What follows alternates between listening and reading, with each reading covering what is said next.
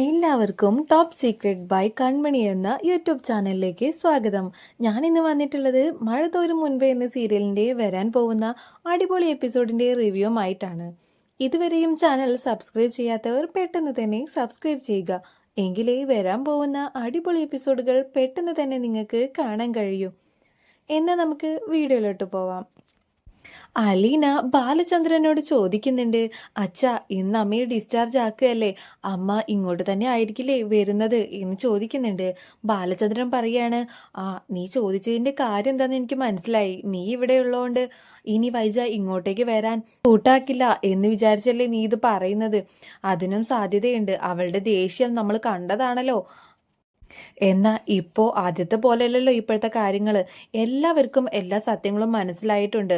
ഇനി അഥവാ വൈജ് വാശി പിടിച്ചിട്ടുണ്ടെങ്കിലും അവരതിന് സമ്മതിക്കില്ല എന്ന് നമുക്ക് വിചാരിക്കാം എന്ന് പറയാണ്.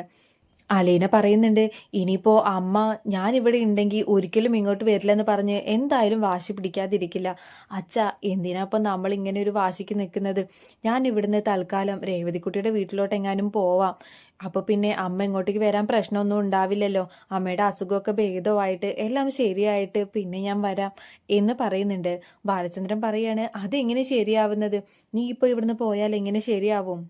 ഇപ്പോൾ നീ വൈദ്യയുടെ മുന്നിലെങ്ങാനും താഴ്ന്നു കൊടുത്തിട്ടുണ്ടെങ്കിൽ പിന്നെ ഒരിക്കലും നിനക്ക് തിരിച്ച് ഈ വീട്ടിലോട്ട് വരാനോ നിന്റെ അമ്മയുടെ കൂടെ താമസിക്കാനോ ഒന്നും നിനക്ക് കഴിയില്ല. അതുകൊണ്ട് നീ ഇപ്പോൾ ഇവിടുന്ന് പോകുന്നത് ഒട്ടും നല്ല കാര്യമല്ല എന്ന് പറയുന്നുണ്ട്. പിന്നെ എന്ത് ചെയ്യാനാ അച്ഛാ? അമ്മ ഇങ്ങോട്ടേക്ക് വരാൻ കൂട്ടാക്കില്ലെങ്കിൽ പിന്നെ എന്ത് ചെയ്യും? പിന്നെ അമ്മയുടെ അവസ്ഥ ഇപ്പോൾ വളരെ മോശമല്ലേ? ശരീരം കൊണ്ട് തന്നെ ആകെ വീക്കായിരിക്കല്ലേ? ഇനി മനസ്സുകൂടി നമ്മൾ തളർത്തണോ എന്ന് ചോദിക്കുകയാണ്. അവളുടെ മനസ്സ് തളർത്തുന്നത് നമ്മളല്ലല്ലോ. അവളായിട്ട് വരുത്തി വെച്ച ഓരോ കാര്യങ്ങളുകൊണ്ടല്ലേ അവളുടെ മനസ്സ് തളർന്നു പോകുന്നത്. നീ ഇപ്പോൾ അതൊന്നും ആലോചിച്ച് ടെൻഷൻ അടിക്കണ്ട. വൈജ ഇങ്ങോട്ടേക്ക് വരും. വൈജയുടെ എല്ലാ കാര്യങ്ങളും നോക്കേണ്ടത് നീയാണ്. ഇനി അഥവാ വൈജ ഇങ്ങോട്ട് വരില്ലെന്ന് പറഞ്ഞ് വാശി പിടിച്ചാൽ അതൊന്നും സമ്മതിച്ച് കൊടുക്കുന്നുണ്ടായിരിക്കില്ല മറ്റ് വൈജയുടെ ആങ്ങളമാര്. അവരെല്ലാം സത്യങ്ങൾ മനസ്സിലാക്കിയതല്ലേ. പിന്നെ അവിടെയെല്ലാം കൊണ്ടുപോയിട്ട് അവളെ ആര് നോക്കാനാ? ഇവിടെ നീ നോക്കുന്ന പോലെ അവൾ ആരെങ്കിലും നോക്കുവോ? അതെല്ലാം മനസ്സിലാവുമ്പോൾ അവളെ ഇങ്ങോട്ടേക്ക് തന്നെ കൊണ്ടുവരും എന്ന് പറയുന്നുണ്ട്. അലീന പറയാണ്, ഇങ്ങോട്ടേക്ക് വന്നാൽ മതിയായിരുന്നു. അമ്മയ്ക്ക് എല്ലാ കാര്യങ്ങളും ചെയ്തു കൊടുക്കുന്നതിൽ എനിക്ക് സന്തോഷമേ ഉള്ളൂ. അമ്മയുടെ കാര്യങ്ങളെല്ലാം നോക്കാൻ പറ്റുമെന്ന് പറഞ്ഞാൽ അതെൻ്റെ ഏറ്റവും വലിയ ഭാഗ്യമാണ്. പക്ഷേ ഞാൻ ഹോസ്പിറ്റലിൽ നിന്ന സമയത്ത് തന്നെ അമ്മ എന്നെ ഒരു കാര്യങ്ങളും ചെയ്യാൻ സമ്മതിച്ചിരുന്നില്ല. ഞാൻ ഭക്ഷണം കൊടുത്താൽ കഴിക്കില്ല. ഞാൻ അമ്മയ്ക്ക് ഡ്രസ്സ് ചെയ്യാൻ നോക്കിക്കഴിഞ്ഞാൽ അമ്മ അതിനൊന്നും സമ്മതിച്ചിരുന്നില്ല. അതുപോലെ തന്നെ ആയിരിക്കും ഇനിയും ഉണ്ടാവാൻ പോകുന്നത് എന്ന് പറയാണ്. ബാലചന്ദ്രൻ പറയുന്നുണ്ട്, അവൾക്ക് വേറെ ആര് ചെയ്തു കൊടുക്കാനാ? അവിടെ ആകുമ്പോൾ നേഴ്സുമാരെല്ലാം ചെയ്തു കൊടുക്കാനുണ്ടായിരുന്നില്ലേ? ഇവിടെ വന്നു കഴിഞ്ഞാൽ ഈ ബബിതയോ രോഹിത്തോ ആരും അവളുടെ കാര്യങ്ങളൊന്നും നോക്കില്ല. പിന്നെ കൃഷ്ണമോൾക്ക് ഏതു നേരവും അവളുടെ കാര്യം നോക്കിയിരിക്കാൻ സമയമില്ലല്ലോ. അവൾക്ക് ക്ലാസ്സിനെല്ലാം പോവേണ്ടതല്ലേ.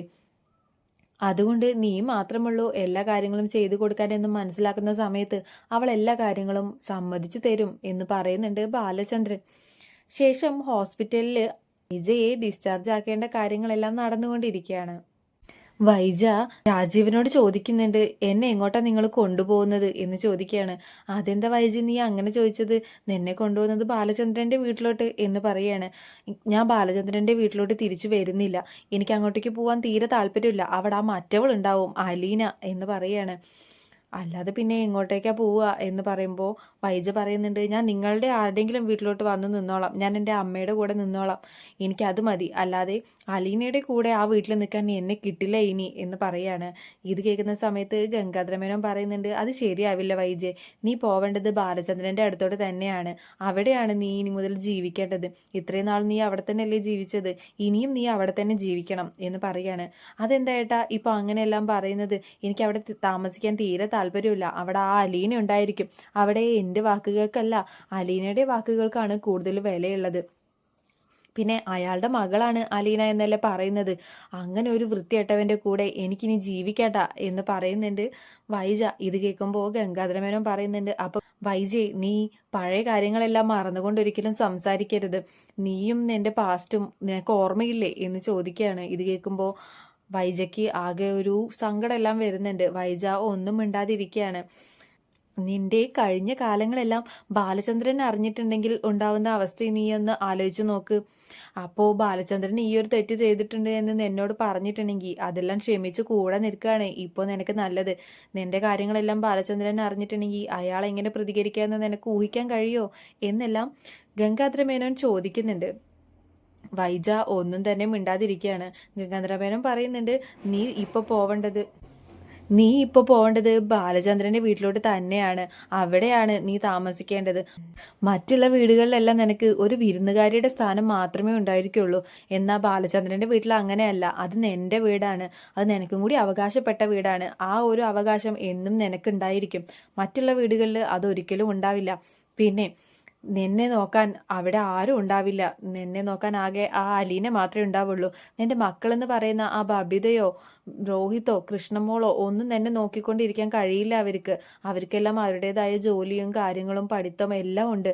അതുകൊണ്ട് അവർക്കൊന്നും നിന്നെ നോക്കിയിരിക്കാൻ കഴിയില്ല. അലീനയ്ക്ക് മാത്രമേ നിന്നെ നോക്കാനും എല്ലാത്തിനും കഴിയുള്ളൂ. അതുകൊണ്ട് കുറച്ചൊക്കെ നീ അഡ്ജസ്റ്റ് ചെയ്തിട്ടുണ്ടെങ്കിൽ നിനക്ക് യാതൊരു പ്രശ്നവും ഉണ്ടാവില്ല.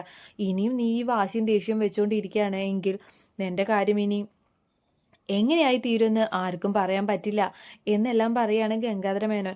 ഗംഗാധര മേനോന്റെ നിർബന്ധത്തിന് വഴങ്ങി വൈജ ബാലചന്ദ്രന്റെ അടുത്തോടെ തന്നെ പോകാൻ വേണ്ടി തീരുമാനിക്കുകയാണ്.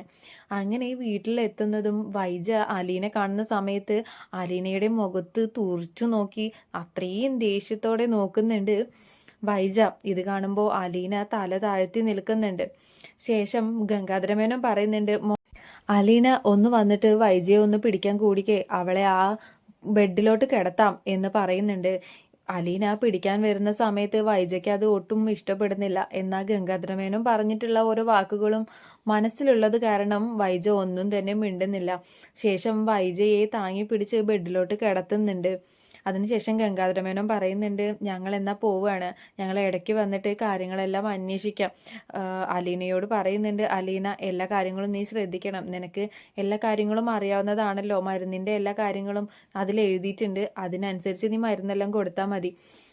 അങ്ങനെ കാര്യങ്ങളെല്ലാം പറഞ്ഞുകൊണ്ട് പോവുകയാണ്. ഗംഗാധരമേനോനും രാജീവനും ശിവനും എല്ലാവരും പോകുന്നുണ്ട്. ഇതേ സമയം ബബിതയും രോഹിതും തിരിച്ച് വീട്ടിലോട്ട് തന്നെ വരികയാണ്. വരുന്ന സമയത്ത് ബാലചന്ദ്രൻ ചോദിക്കുന്നുണ്ട്, എന്തിനാ ഇപ്പൊ ഇങ്ങോട്ടേക്ക് വന്നത് എന്ന് ചോദിക്കുകയാണ്. അല്ല, അമ്മയെ ഡിസ്ചാർജ് ആക്കിയില്ലേ, അതുകൊണ്ടാണ് ഞങ്ങൾ ഇങ്ങോട്ടേക്ക് വന്നത് എന്ന് പറയുന്നുണ്ട്.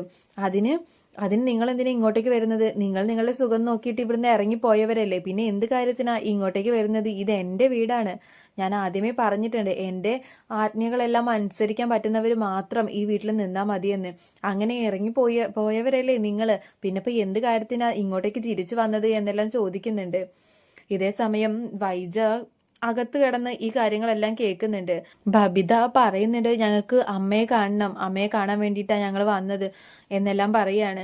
അമ്മയെ കാണണമെങ്കിൽ നിങ്ങൾ ഹോസ്പിറ്റലിൽ പോയി കാണായിരുന്നില്ലേ? അവിടേക്ക് ഇതുവരെ നിങ്ങൾ ആരും വന്നിട്ടില്ലല്ലോ, പിന്നെ ഇപ്പോൾ എന്ത് കാര്യത്തിനാണ് ഇങ്ങോട്ടേക്ക് വന്നത് എന്നെല്ലാം ചോദിക്കുന്നുണ്ട്.